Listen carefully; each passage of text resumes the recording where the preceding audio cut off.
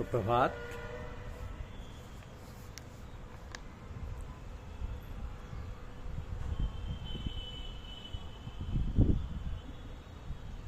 यही नियम है कि यहाँ कोई नियम नहीं। ये हमारी आज की आध्यात्मिक चर्चा का विषय। यही नियम है कि यहाँ कोई नियम नहीं। संभल कर बैठना महफिल में संभल कर बैठना महफिल में तुम यारो,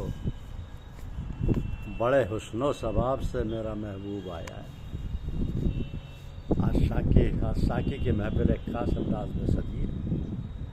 महफिल की अपनी शान है। मैं खाने का दरवाज़ा खुला है, पीने वालों पियो, जी भर कर पियो, हसरत ना रहे, नफरत ना रहे, शिकवा ना रहे, कोई गिला ना रहे। और संभलना पीने वालों का, संभलना पीने वालों मेरे पीर कामिल हैं, खुद भी लगाए हैं। महफिलें दिल की फानूस जलने लगी, मधुरी आँखों से जाम ढलने लगी। महफिलें दिल की खामोश सजने लगी, है खामोश शाकी है खामोश मैकस। सभी पी रहे हैं, सभी सर झुकाए। कुछ समय बाद करंट ने दिशा बदली, साधना की दिशा बदली, शांति ने मौन तोड़ा, प्रखरता मुखर हुई। तभी दिल की लगी बात हुई कि मेरे यहाँ यही नियम है कि कोई नियम नहीं। मेरे यहाँ यही नियम है कि कोई नियम नहीं है। संत श्रोमणी भगवत स्वरूप साहब के मुखारबिंद से आप्त वचन का आविर्भाव हुआ, जो स्वयं अणु में विराट एवं गागर में सागर को समाहित किए हुए। परम संत की भाषा समझने के लिए संत हृदय अपेक्षित है। हम जैसे सांसारिक सामान्य वासनानंद का रसादान करने वाले अल्लाह और त्रिशूल रखने वाले की सामर्थ्य क्षमता ही क्या है। जिसे परम सद्गुरु की दया कृपा सत्प्रेरणा प्राप्त हो, वही समझ सकता है। सो ही जानई जही देव जनाई। ऐसी स्थिति में उपरोक्त आप वचन पर संक्षेप और साधु से प्रकाश डालने का शैली का दुस्साहस करें। आशीर्वाद लेते हुए चर्चा करें कि व्यवस्था ईश्वर कर रही है। ईश्वर की सृष्टि सर्वांग सुंदर है, क्योंकि उसमें एक व्यवस्था है और व्यवस्था ईश्वर का स्वरूप है। आध्यात्म स्वतंत्र का अनुयायी है, और चूंकि आत्मा परमात्मा का अंश है, अतः आत्मा अनुशासन की पर्याय है। और अनुशासन के अभाव में किसी व्यक्ति का आध्यात्म पथ का शरीर या आध्यात्म पथ का पथिक बनना सर्वथा असंभव। मैं शरीर नहीं हूँ, मैं आत्मा हूँ। इस प्रकार परिचय प्राप्त होने पर ही ब्रह्म की अनुभूति संभव है। जो तन मन वचन से सर्वदा पवित्र रहते हैं, जिनका अनुराग प्रबल है, जो सत्य असत के ज्ञाता है और ध्यान धारणा में संलग्न रहते हैं, उन्हीं पर परमात्मा की कृपा होती है। और ऐसे महापुरुषों की एकाकार यानी फनायत की स्थिति होती है। ऐसे महापुरुष फनाफिल्ला होते हैं। ब्रह्म और उनमें भेद नहीं होता, और परमात्मा प्रकृति के सब नियमों से परे है, अर्थात किसी नियम के अधीन अस्तित्व बस में नहीं है। देखने में आता है कि किसी न किसी ने उन्हें करोड़ों जन्मों से पुकारा, किसी ने, किंतु उससे कोई उत्तर ना पा सका। इसके विपरीत जिसे हम पापी तापी और नास्तिक समझते हैं, उसमें एकाएक चैतन्य का प्रकाश हो जाता है। उनके ना मांगने पर भी उन पर कृपा करते हैं। राहे सलू के इश्क में रियाजत नहीं जरूर, 100 मुकाम होते हैं तय एक नज़र में। तो जहाँ प्रेम तहाँ नेम नहीं, और जहाँ नेम नहीं प्रेम। पूर्व जन्म के संस्कार के कारण ऐसा होता है, परंतु इस रहस्य को समझना बड़ा कठिन है। गुरुदेव भगवान को आप पूर्ण सहारा समझ लो। कृपा रूपी हवा चल रही, तुम अपना पाल उठा लो। तर्क और विचार की दौड़ तो उस माया जगत में है, देश काल सीमा के अंतर्गत है। परंतु सदगुरु महाराज देश काल अतीत है। उनके नियम भी और नियम के बाहर भी। प्रकृति के जो नियम हैं, उन्होंने उनको बनाया या वे स्वयं ही नियम बने। जिन्होंने सदगुरु की कृपा से दिव्य प्रेम की प्राप्ति प्राप्त कर ली, दिव्य प्रेम की प्राप्ति कर ली, वे उसी क्षण सब नियमों के से परे पहुँच जाते हैं। और ऋषि का वेद ज्ञान, शंकर का त्याग, बुद्ध का हृदय, सुखदेव का माया रहित भाव और ब्रह्म ज्ञान का पूर्ण विकास एक साथ उपलब्ध हो जाता है और स्वयं नियम बन जाता है। ये कुल जगत सृजनी उनकी लीला है, जो इस जगत को अपनी इच्छानुसार तोड़ता और बनाता है।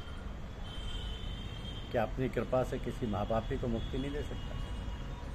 तब भी किसी से कुछ साधन भजन करा लेते और किसी से नहीं कराते। ये तो उनकी लीला है, नियम नहीं है। ये तो उनकी लीला है। बेतहाशा दौड़ती भागती इस दुनिया में कोई सिद्धि प्रसिद्धि की तलाश में है, तो कोई मान सम्मान पाने की तलाश में चक्कर काट रहा है। किसी को प्यार और स्नेह की तलाश है, तो कोई सुख और समृद्धि की तलाश में पृथ्वी के कण कण को छान रहा है। कोई संबंधों की तलाश में इधर से उधर भटक रहा है, तो कोई जीवन निर्वाह के लिए निर्धार चक्कर काट रहा है। कोई दुकान की तो कोई मकान की, कोई नोट की तो कोई वोट की तलाश में, कोई अच्छे जीवन साथी की तलाश में, तो किसी को कोई विश्वास नहीं। किसी को सत्ता का ताज चाहिए, तो किसी को देश का राज चाहिए। कोई मिनिस्टर तो नहीं बन पाए, फिर भी मिनिस्टर बनने की तलाश में। कोई नेता बनने की तो कोई अभिनेता बनने की। कोई मौके की टोर में बैठा है, तो कोई धोखे की। किसी को राह की तलाश है, तो किसी को मंजिल की। किसी को इंसान की तलाश है, तो किसी को भगवान की। सबको अपनी अपनी ढपली है सबकी, और अपने अपने राग है। तो अनादिकाल से इंसान तलाश की यात्रा कर रहा है। सवाल यह है कि आखिरकार इसकी सार्थकता क्या है। हर तलाश सफल हो सकती है, लेकिन शर्त यह है कि पहले हम अपनी तलाश कर लें। हम कौन हैं, हम क्या कर रहे हैं, हमें क्या करना है, हम किस सतह पर खड़े हैं, हमें कहाँ पहुँचना है, हमारी संस्कृति क्या है, हमारा देश कौन सा है, और हमारा परिवेश कैसा है। क्या कभी ये प्रश्न हमारे मन मस्तिष्क में उभरते हैं? पहली बात तो यह है कि ये पहलू हमारे चिंतन का हिस्सा ही नहीं बन पाते। आज यदा कदा बनते भी हैं तो क्षण भर के लिए आसमान में बिजली की तरह कौंध करते रह जाते हैं। हम ना तो समस्या को समस्या के रूप में लेते हैं, और ना ही हम उसका स्थायी समाधान खोजते हैं। तो हम चिरकाल से मकड़ी की तरह जाल बनकर सब उस जाल में फंसने के आदी रहे। कैसी विचित्र विडंबना, जो पाना है हम उसकी तलाश में नहीं है, और जो नहीं पाना है उसकी तलाश में हम अधीर हो रहे हैं।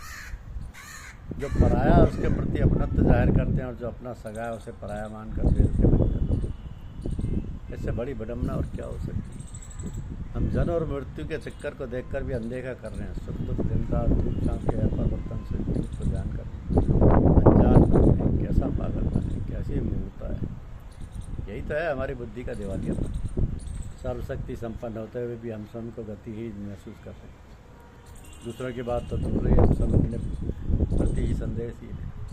हम संकल्प शून्य और ध्येयहीन बनते जा रहे हैं। इसलिए ज़िंदगी भर भाग दौड़ करके भी वहीं पर खड़े हैं जहाँ पर पहले थे। हम उसी तरह जमाने की कैद में बैठे हैं, जिस तरह मधुकर पराग पाने की लालसा नाजुक बंधनों में बंद हो जाता है। हम आज भी इसी मधुमक्खी की तरह ज़िंदगी जी रहे हैं, दूर दूर तक घूमकर विभिन्न रंग बिरंगे फूलों का रस चूस कर उस सत्य पर वापस आकर उसमें शायद एकत्रित करती रहती। तो पेट भरने के लिए रोटी, तन ढकने के लिए कपड़े और रहने के लिए निजी मकान मिल जाने के बावजूद हम उन्हीं चीज़ों की तलाश में, जिन्हें पाकर संसार का कोई शहंशाह भी तृप्त नहीं है। हम आज भी इसी की तलाश में हैं, जो सदियों से महज एक तलाश कर रहे हैं।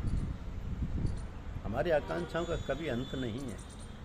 हमारे इरादों का कोई और शोर नहीं है। अपने ही रंगीन सपनों में खोए हुए भड़क के भूल को दोहरा रहे हैं, जो सामने समुद्र को देखकर भी कीचड़ से लबालब बड़े गड्ढे में रहकर टर करना ही पसंद करता है। आश्चर्य है, फिर भी हम वही गलती करके स्वयं को बड़ा समझते हैं।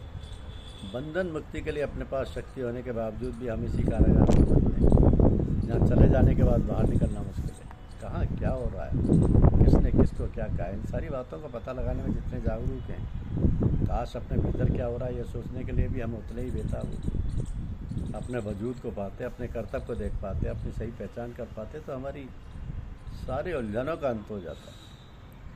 सचमुच वो दिन कितना महान होगा जिस दिन इंसान की तलाश करेगा। किसी शायर ने कहा है कि दूसरों से मिलना बहुत आसान है साकी, दूसरों से मिलना बहुत आसान है साकी, अपनी हस्ती से मुलाकात बड़ी मुश्किल। दूसरों से मिलना बहुत आसान है साकी, अपनी हस्ती से मुलाकात बड़ी मुश्किल।